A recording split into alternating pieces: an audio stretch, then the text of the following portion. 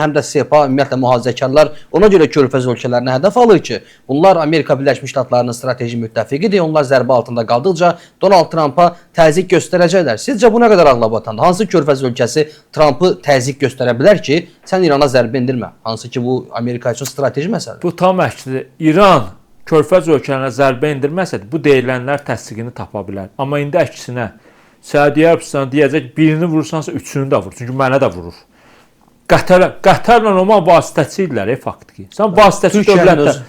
Türkiyə deyəlim ki, sonuncu İstanbulda görüş olmalıdır.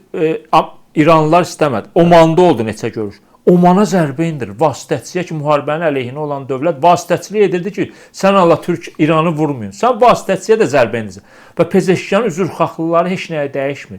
Pezeşkan üzr istəyir, bir saat sonra yenidən zərbə indirirlər. Pezeşkanı da pis vəziyyətdə qoyurlar. Və Pezeşkan Cənab İlham Əliyevə zəng gəldi. Demədi üzr istəmə, dedi araşdıracaq. Yəni də şey elədi, bizlik deyil. Yaxşı, bizlikdir. Bundan sözündən belə çıxır ki, İsrail kəşfiyyatı Mossad İran bir hissəsini ələ keçirib. Oradan dronlarla Ərəb ölkələrinə də zərbə endirir. Türkiyə də zərbə endirir. Azərbaycan. Bu nağıla kim inanır?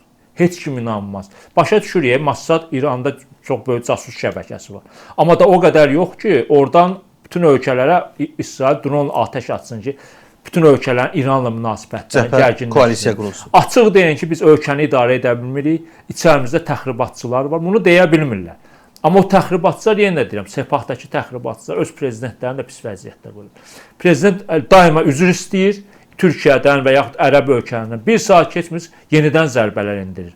Və bu, onda Pezeşkan bilirik, səlahiyyət sahibi prezidentimizi pis vəziyyətdə qoyursak.